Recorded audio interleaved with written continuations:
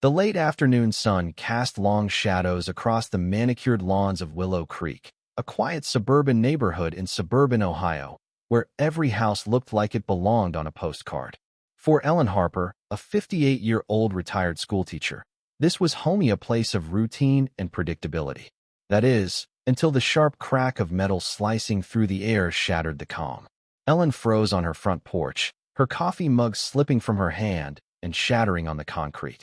Her heart pounded as she watched a thick black cable fall in a shower of sparks onto her neatly trimmed grass.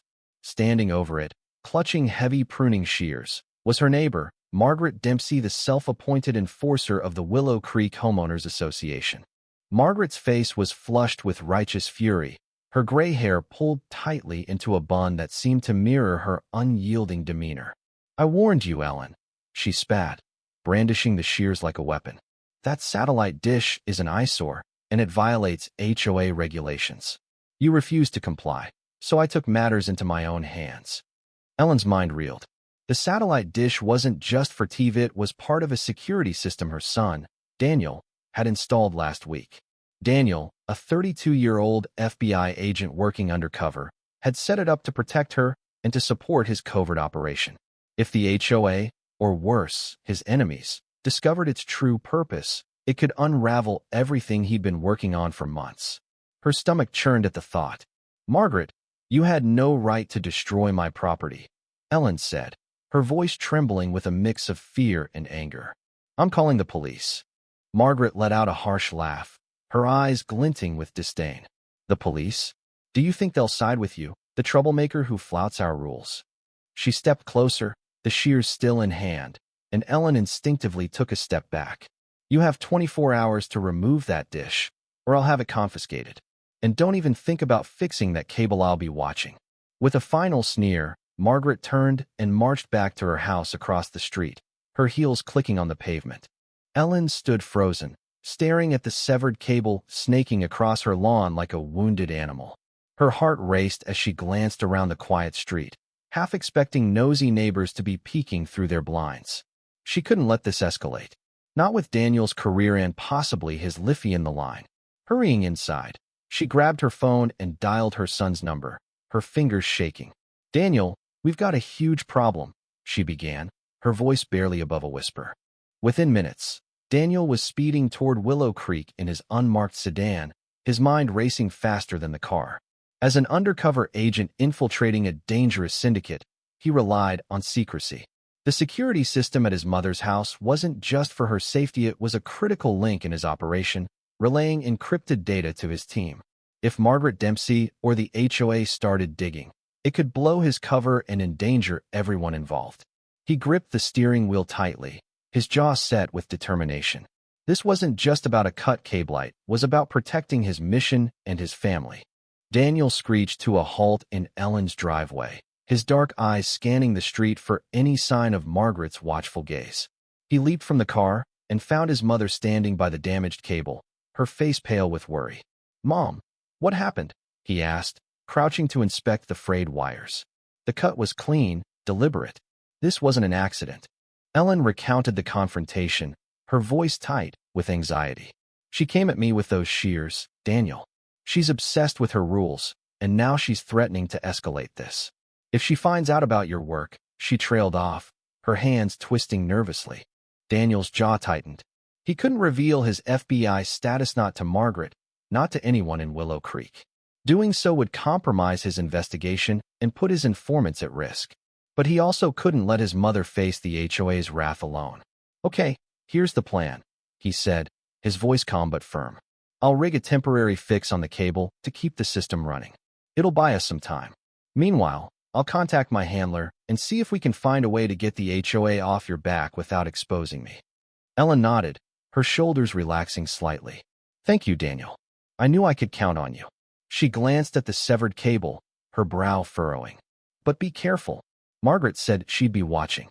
Daniel flashed a reassuring smile, though his mind was already calculating risks. "Don't worry, Mom. I've got this." He set to work, his fingers deftly splicing the wires with tools from his car. As he worked, a plan began to form, one that could turn the tables on Margaret Dempsey and her iron grip on Willow Creek. The repair wasn't perfect, but it was enough to restore the signal. Daniel wiped the sweat from his brow and stepped back. "Try it now," he called to Ellen. She hurried inside and flipped on the TV, which flickered to life with a news channel. "It's working," she called back, her voice tinged with relief. "You're a lifesaver, Daniel." She returned to the porch, but her relief was short-lived. "What about Margaret and the HOA? She's not going to let this go, and I can't risk your cover being blown." Daniel chewed his lip, his mind racing. "I've been thinking about that. I might be able to use my FBI resources to dig into Margaret's background, find something to make her back off. But I have to be careful. One wrong move could jeopardize everything."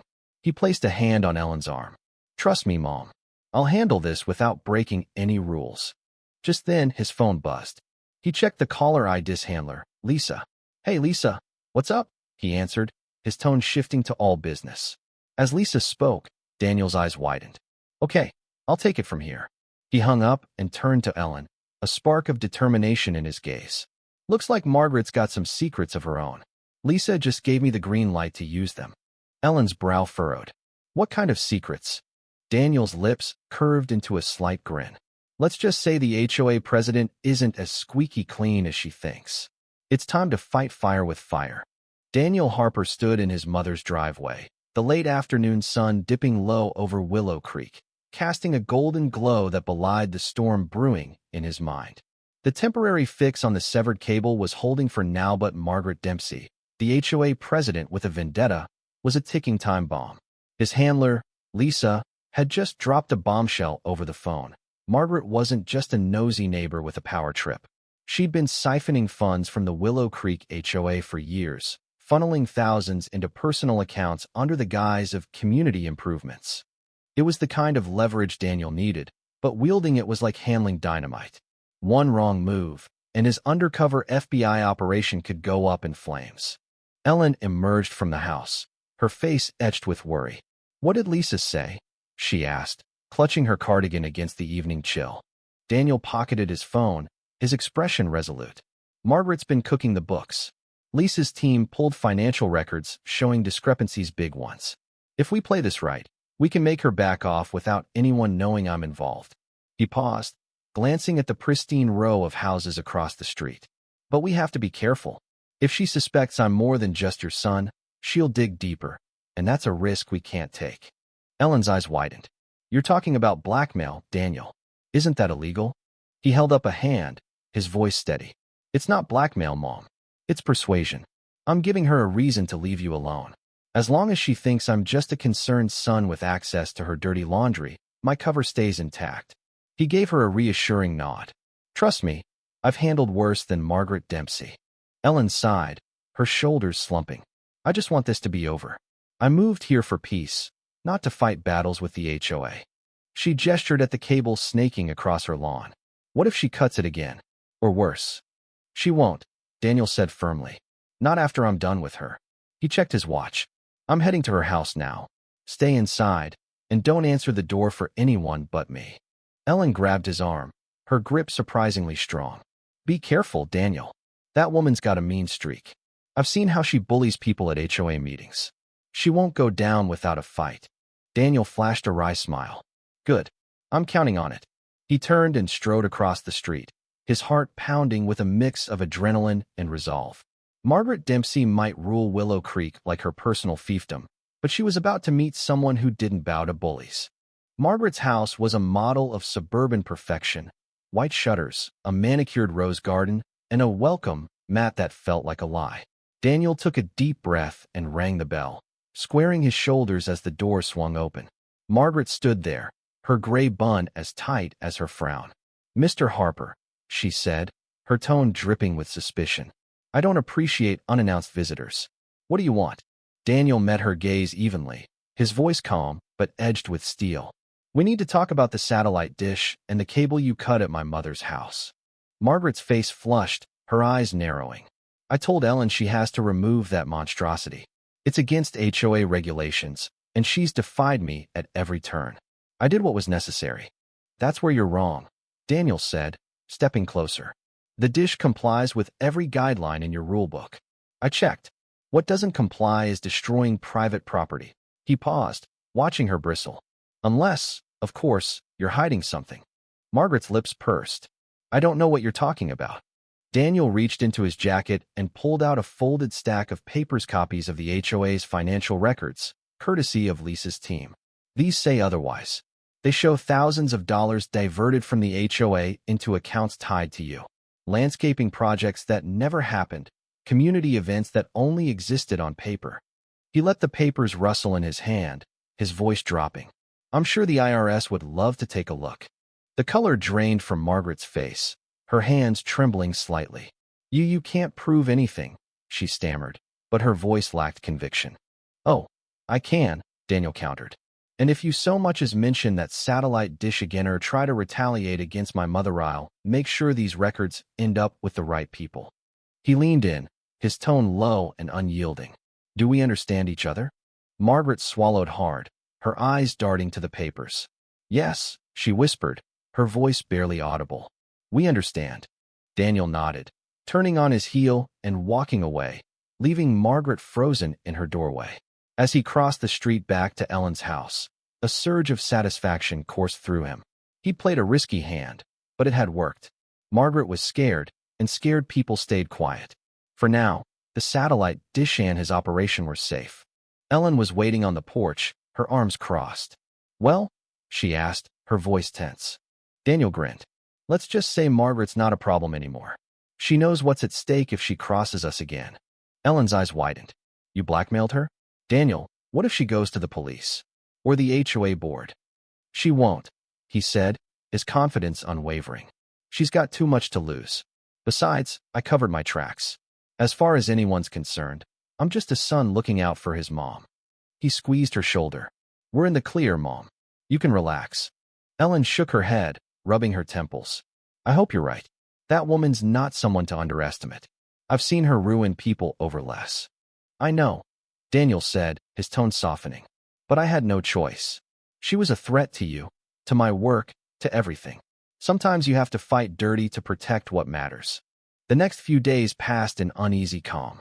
Ellen went about her routine, tending her garden, chatting with neighbors, always glancing over her shoulder for signs of Margaret's retaliation. But the HOA president kept her distance, her house quiet, her rose garden unattended. Daniel checked in daily, assuring Ellen that his team was monitoring the situation. She's lying low, he told her over the phone. We've got her right where we want her. But Ellen couldn't shake the feeling that the quiet was too good to be true. Margaret Dempsey didn't strike her as the type to surrender so easily. Her unease grew with each passing day, a knot tightening in her chest. She began double-checking the locks at night, keeping the curtains drawn. Willow Creek, once her haven, felt like a battlefield. On the 7th day, the fragile peace shattered. Ellen was in her kitchen, brewing tea, when a sharp knock rattled the front door. Her heart leaped into her throat. She crept to the peephole, her breath catching as she saw Margaret standing on her doorstep, her face a mask of fury and fear. Steeling herself, Ellen opened the door a crack. Margaret, what do you want? She asked, her voice steady despite her racing pulse. Margaret thrust a thick manila envelope into Ellen's hands, her hands trembling. This is for you and your son, she said, her voice quavering. I can't be part of this anymore. It's too dangerous. Ellen's brow furrowed as she took the envelope, her mind racing. What are you talking about? The satellite dish, the cable, all of it, Margaret snapped. I'm done. I'm resigning from the HOA and leaving Willow Creek. She turned to go, then paused, fixing Ellen with a piercing stare. But know this, I'm watching. If anything goes wrong, I'll make sure the truth comes out.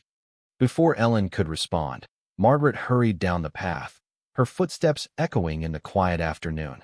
Ellen stood frozen, the envelope heavy in her hands. Her fingers trembled as she tore it open, her eyes scanning the contents. Her breath caught in her throat. It was a dossier, pages of meticulously compiled notes, dates, names, and locations, all detailing Daniel's undercover FBI operation. Margaret had been watching closer than they'd realized, and now she held a weapon that could destroy everything. Ellen's hands shook as she clutched the papers, her mind spiraling. Daniel's career, his safety, their entire life in Willow Creek, it was all at risk. And it was her fault. If she hadn't insisted on keeping that satellite dish, none of this would have happened. She fumbled for her phone and dialed Daniel, her voice breaking as she spoke. Daniel, Margaret gave me an envelope. It's everything. Your operation, your contacts, everything. She's threatening to expose you. Daniel's response was immediate, his voice tight with urgency. Damn it. Okay, Mom, listen. Hide that dossier somewhere safe, somewhere she'll never find it. Then get out of the house. Go to Aunt Linda's or a hotel, anywhere but there. I'm on my way. Ellen nodded, though he couldn't see her. But what about you? What if she goes to the authorities? Don't worry about me, Daniel said, his tone grim. My priority is keeping you safe. Just do what I say. I'll handle the rest. The line went dead, leaving Ellen alone with the weight of the dossier and the fear that their lives were unraveling. She hurried to her bedroom, shoving the envelope deep into a dresser drawer, her hands shaking. As she grabbed a suitcase and stuffed it with essentials, a single thought haunted her. What had they unleashed by crossing Margaret Dempsey? Ellen Harper's hands trembled as she zipped her suitcase, the weight of the dossier hidden in her dresser drawer pressing on her like a physical burden. The quiet streets of Willow Creek, Ohio, felt like a trap closing around her. Margaret Dempsey's parting words echoed in her mind. I'm watching. If anything goes wrong, I'll make sure the truth comes out. The manila envelope contained everything: names, dates, locations enough to expose her son Daniel's undercover FBI operation and ruin his career, maybe even his life. Ellen's heart raced as she grabbed her keys and headed for the door, following Daniel's urgent instructions to leave the house and seek safety. She paused at the threshold, glancing back at the home she'd once thought of as her sanctuary. The framed photos on the mantel, the quilt she'd sewn last winter, the garden she'd tended with care, they all felt like relics of a life now under siege. Ellen locked the door behind her and drove toward her sister Linda's house in nearby Dayton, her mind a whirlwind of fear and guilt. If she hadn't insisted on keeping that satellite dish, if she'd just complied with Margaret's demands, none of this would be happening. She gripped the steering wheel, praying Daniel could fix this before it was too late. Meanwhile, Daniel Harper sped through the backroads of Ohio, his unmarked sedan eating up the miles between his safe house and Willow Creek. His phone call with Ellen had set his nerves on edge. Margaret Dempsey had outmaneuvered him, compiling a dossier that could dismantle his entire operation. As an undercover agent infiltrating a syndicate trafficking in illegal arms, Daniel had faced threats before: gunfights, double crosses, close calls, but this was different. This was personal. Margaret wasn't a criminal mastermind. She was a suburban tyrant with a knack for sniffing out secrets. And now, she held the key to his downfall. Daniel's phone buzzed as he merged onto the highway. He answered on speaker, his voice clipped. Lisa, tell me you've got something. His handler's tone was grim. It's worse than we thought, Daniel. Margaret didn't just keep no Tesh's been in contact with someone outside Willow Creek. We're tracing the communications, but it looks like she's shopping the dossier to a third party. Could be a reporter, could be someone connected to the syndicate. Either way, your cover's at risk. Daniel cursed under his breath, his hands tightening on the wheel. How did she even get this much intel?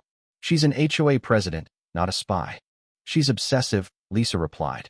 Our techs found traces of surveillance software on her home network, cheap stuff, but enough to monitor local signals, maybe even tap into unsecured devices. That satellite dish of yours. It's possible she picked up encrypted transmissions before you locked it down.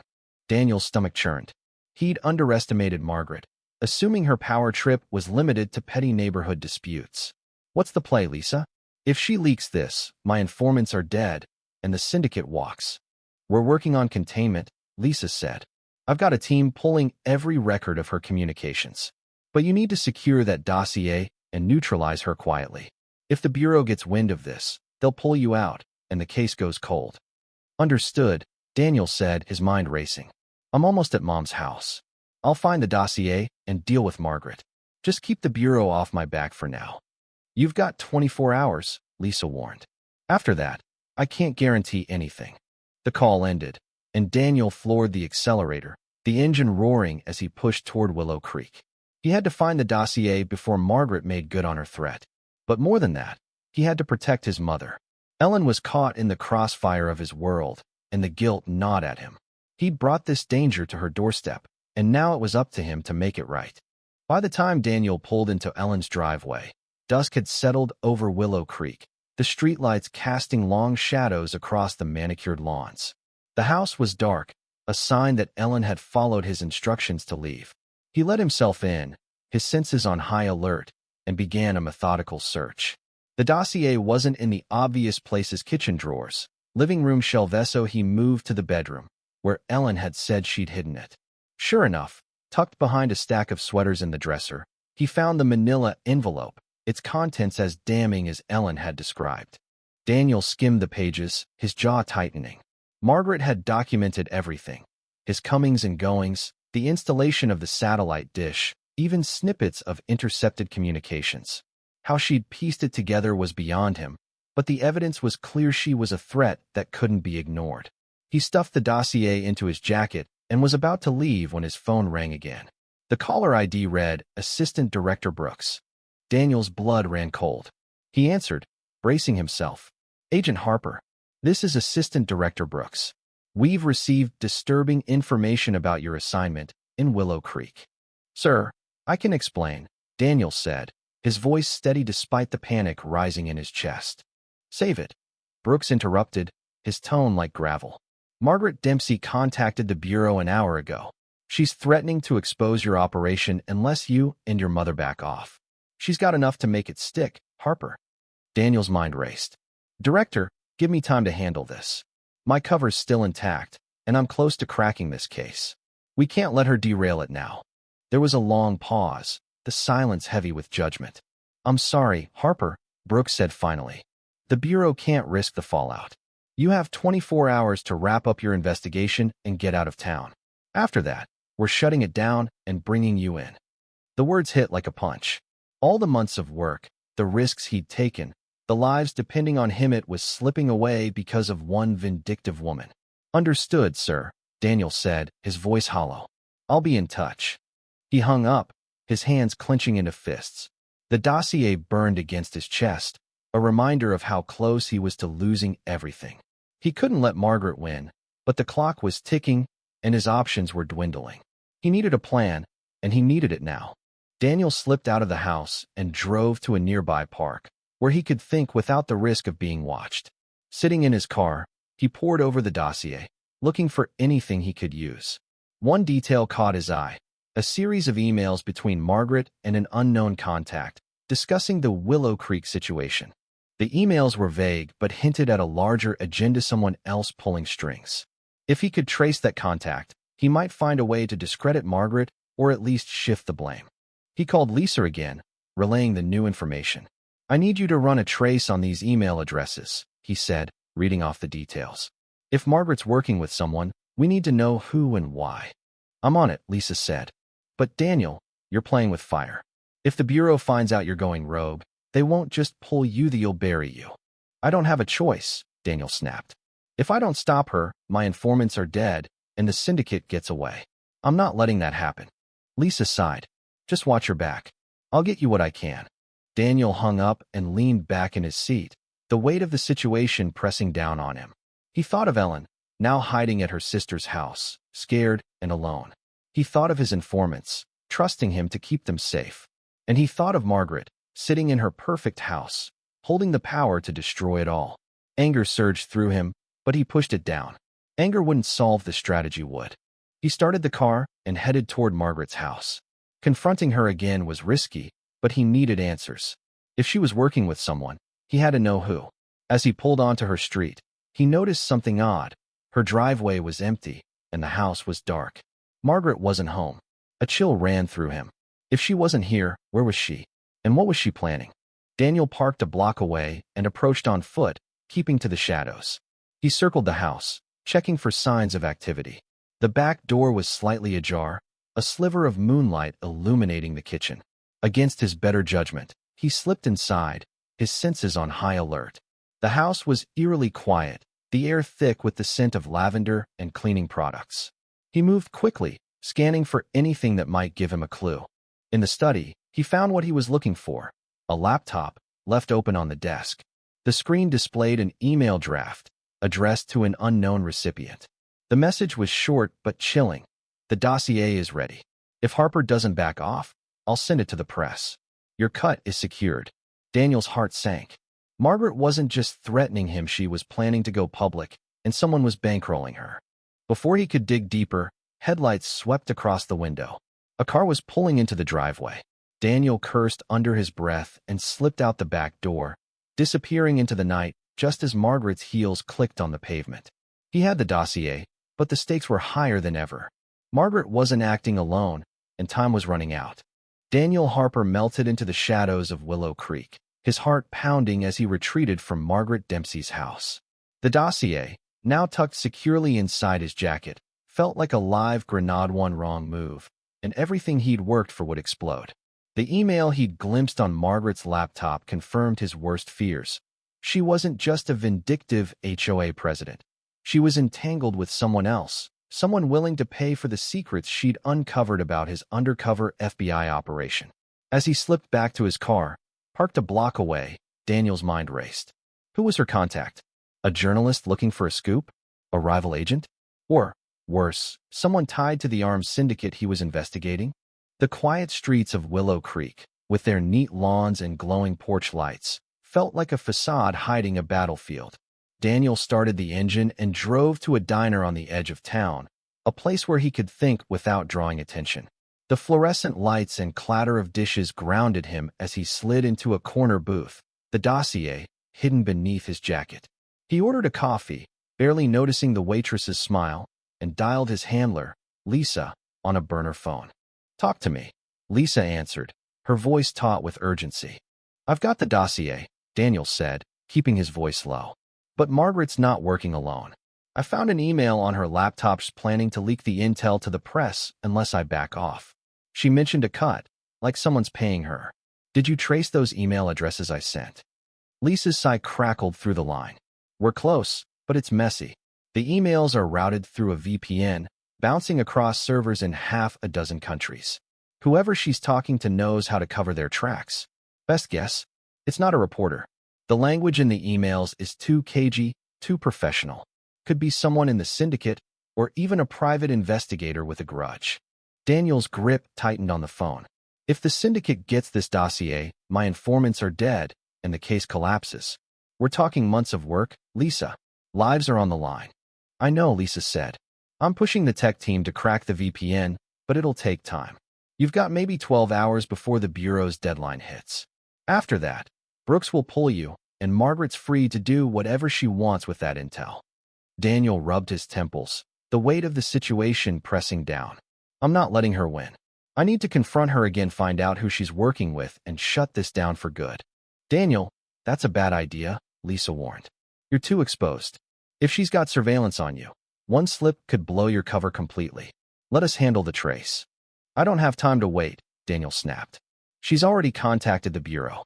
If I don't act now, she'll go public, and we're done." He paused, softening his tone. "Just get me something on that email contact. I'll take care of Margaret." Lisa hesitated. "Fine, but if you go after her, you're on your own. I can't cover for you if this goes south." "Understood," Daniel said, ending the call. He sipped his coffee, the bitter taste mirroring his mood. The diner's jukebox played a soft country tune, a stark contrast to the storm brewing inside him.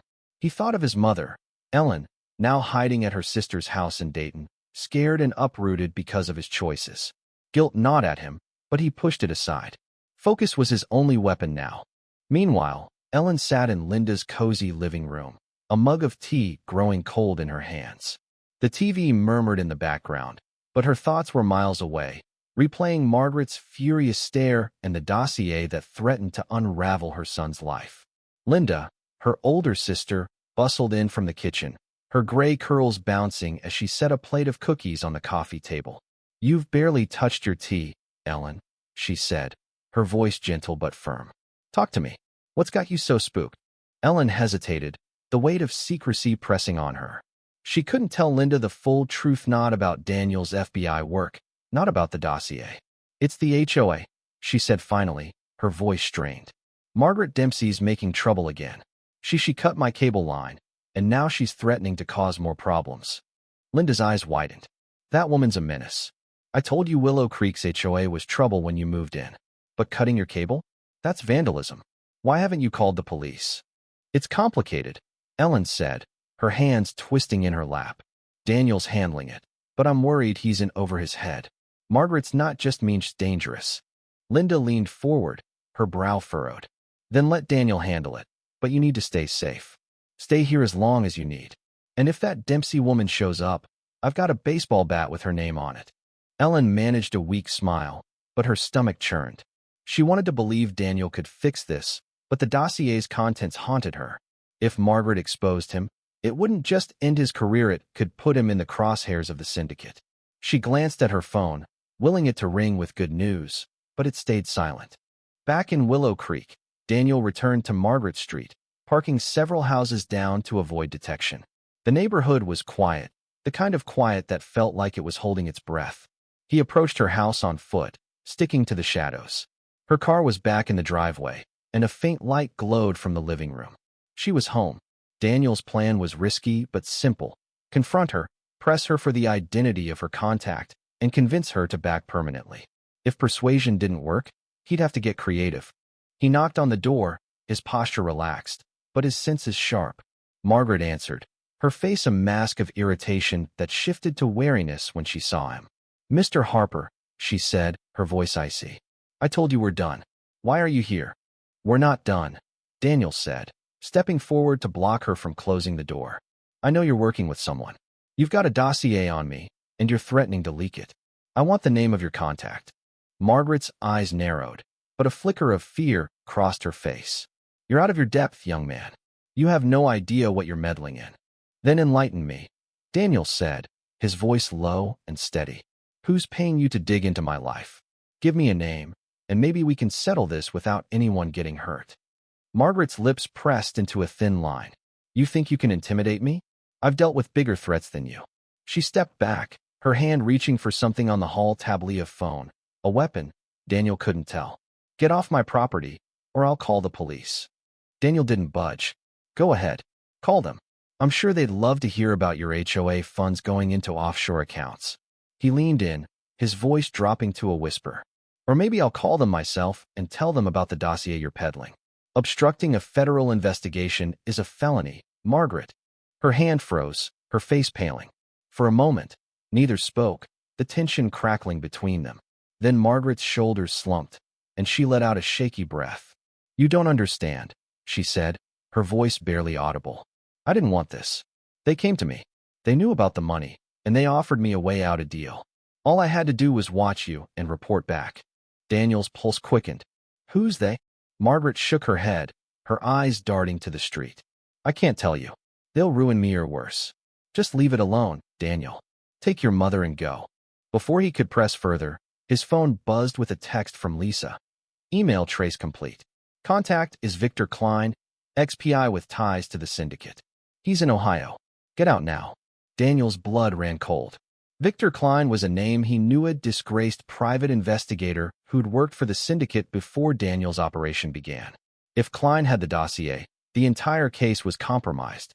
Daniel turned back to Margaret, but she'd already slammed the door, the lock clicking into place. He cursed under his breath and retreated to his car, his mind racing. Klein was a predator, and Margaret was his pawn.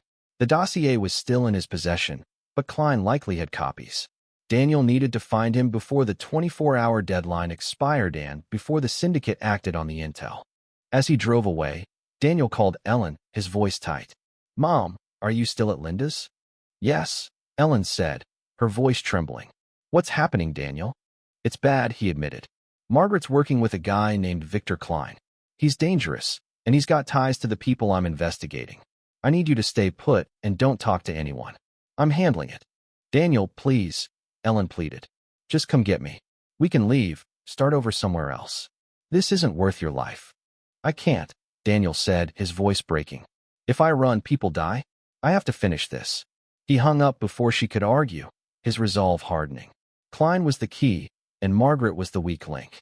He'd break this conspiracy wide open, no matter the cost.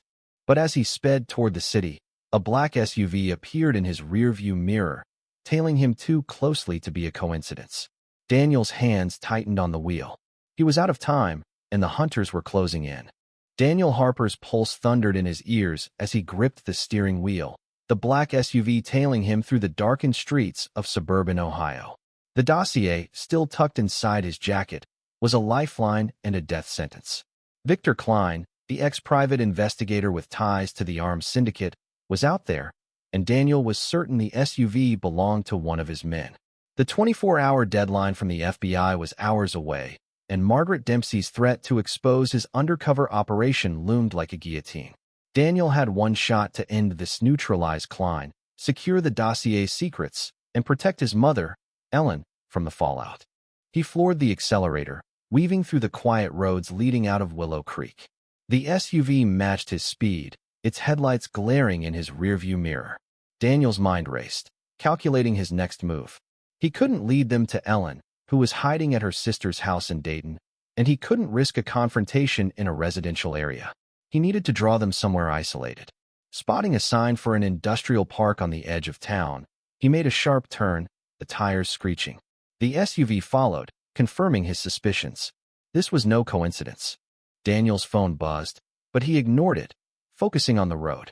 The industrial park was a maze of warehouses and empty lots, perfect for losing a tail or setting a trap. He pulled into a deserted lot, killed the engine, and slipped out of the car, crouching behind a stack of shipping crates. The SUV rolled in moments later, its doors opening to reveal two men in dark jackets, their movements practiced and deliberate. One held a flashlight, the other a handgun. Daniel's training kicked in. He stayed low, moving silently along the crates, his weapon a compact pistol ready in his hand. He needed answers before he acted. Were these Klein's men, or had the syndicate caught wind of the dossier? As the men split up to search the lot, Daniel seized his chance. He crept up behind the one with the flashlight, disarming him with a swift strike to the wrist and pinning him to the ground. "Who sent you?" Daniel hissed, pressing the barrel of his gun to the man's temple. The man grunted, his face twisted in pain. "Klein. He knows you've got the dossier. He wants it back now." "Where is he?" Daniel demanded, tightening his grip. "Old warehouse on Route 42, the man gasped. "He's waiting for you. Said you'd come." Daniel knocked the man out with a precise blow to the head, then turned his attention to the second thug, who was closing in. A quick dodge and a well-placed kick sent the gunman sprawling, his weapon skittering across the pavement. Daniel secured both men with zip ties from his car, leaving them unconscious for the local police to find. He didn't have time to waste. Klein was the real threat, and Route 42 was 20 minutes away. As he sped toward the warehouse, Daniel called his handler, Lisa, his voice urgent. "I've got a location on Klein Old Warehouse on Route 42. He sent 2 goons after me, but they're down. I need backup." Lisa's voice was tense. "Daniel, you're out of time. Brooks is ready to pull the plug. I can't send a team without authorization, and if you go in alone, you're risking everything." "I don't have a choice," Daniel said. "Klein's got copies of the dossier, and he's working with the syndicate. If I don't stop him, my informants are dead, and the case is over. Just buy me an hour." "I'll try," Lisa said, her tone reluctant. "But if you're not out by midnight, the Bureau's coming for you. Be careful, Daniel." He hung up and focused on the road, the warehouse looming in the distancia, hulking, rusted structure surrounded by overgrown weeds. He parked a quarter-mile away and approached on foot, the dossier still secure in his jacket. The night was silent except for the hum of distant traffic, but Daniel's senses were on high alert. Klein was no amateur. This could be a trap. Inside, the warehouse was a cavern of shadows, lit only by a few flickering bulbs. Daniel moved cautiously, his gun drawn, until he spotted a figure in the far corner: Victor Klein, leaning against a crate, a smug grin on his face. Klein was in his late 50s, with a weathered face and sharp eyes that missed nothing. A laptop sat open on the crate beside him, its screen glowing with what looked like the dossier's contents. "Agent Harper," Klein called, his voice echoing in the space. "You're predictable. I knew you'd come for this." He tapped the laptop. "Your operations laid bare every name, every deal. My clients will pay a fortune for it." Daniel stepped into the light, his gun steady. "You're done, Klein. Hand over the laptop and any copies you've made. This ends tonight." Klein laughed, unfazed. "You think you can scare me? I've been in this game longer than you've been alive. Margaret was a useful idiot, but I'm the one calling the shots. Drop the dossier, and maybe I'll let you walk away." Daniel's jaw tightened. Margaret's out of the picture. And you're not walking away from this. Give me the laptop, or I'll take it. Klein's grin faded, and he reached for a gun holstered at his hip. Daniel was faster, firing a warning shot that grazed Klein's shoulder. The XPI stumbled, clutching the wound, but he didn't back down. You're finished, Harper, he snarled, lunging for the laptop. Daniel tackled him, the two men crashing to the concrete floor. The laptop skidded across the ground, its screen flickering. Daniel pinned Klein, his knee pressing into the man's chest. Who's your buyer? He demanded. Who's getting the dossier? Klein coughed, blood staining his shirt. You'll never stop them, he rasped. The syndicate's bigger than you know. You're just a pawn. Daniel pressed harder, his voice cold. Last chance. Name your buyer. Klein's eyes flickered with defiance, but pain won out. Carson Reed, he gasped. He's the broker. Meeting him tomorrow in Cleveland. Daniel memorized the name, then knocked Klein out with a swift blow. He grabbed the laptop, confirming it held copies of the dossier, and smashed it against the floor, ensuring the data was unrecoverable. He zip-tied Klein and left him for the authorities, then slipped out of the warehouse, the dossier still safe in his jacket. Carson Reed was his next target, but first, he had to protect Ellen and tie up loose ends with Margaret. Back in Willow Creek, Ellen sat in Linda's guest room, unable to sleep. Her phone buzzed with a text from Daniel. It's handled. Stay put. I'm coming for you. Relief washed over her, but it was tempered by fear. She trusted Daniel, but the cost of this fight was too high. She wanted her quiet life back, not this nightmare of secrets and danger. Daniel arrived at Linda's house just before dawn, his face haggard but determined. Ellen rushed to him, wrapping him in a hug. Are you okay? She asked, her voice trembling. I'm fine, Mom, Daniel said, his tone soft but firm. Klein's down, and I've got a lead on his buyer. The dossier's safe, and Margaret's out of moves. Ellen's eyes searched his. What about the FBI? They're pulling you out, aren't they? Daniel nodded, his expression grim. Maybe, but I'm not done yet. I've got one last play to make. That morning, Daniel contacted Lisa with the name Carson Reed. Her team moved quickly, intercepting Reed in Cleveland before he could acquire the dossier's intel. The bust was a success, yielding arrests that crippled the syndicate's operations. Daniel's informants were relocated, their safety secured. The dossier, now the only remaining copy, was handed over to the FBI, with strict orders to bury it. Margaret Dempsey, shaken by Klein's arrest and the collapse of her scheme, kept her promise to leave Willow Creek. She sold her house and moved to Florida. Her HOA reign ended. The neighborhood breathed a sigh of relief, and Ellen's satellite dish remained untouched, its true purpose never revealed. A week later, Daniel and Ellen sat in her kitchen, sunlight streaming through the window. The cable was repaired, the garden blooming again. I'm sorry I dragged you into this, Mom, Daniel said, his voice heavy with regret. Ellen reached for his hand, her eyes warm. You were protecting people, Daniel. I'm proud of you, even if it scared me half to death. She smiled faintly. Just promise me no more undercover work in my backyard. Daniel chuckled, the tension easing.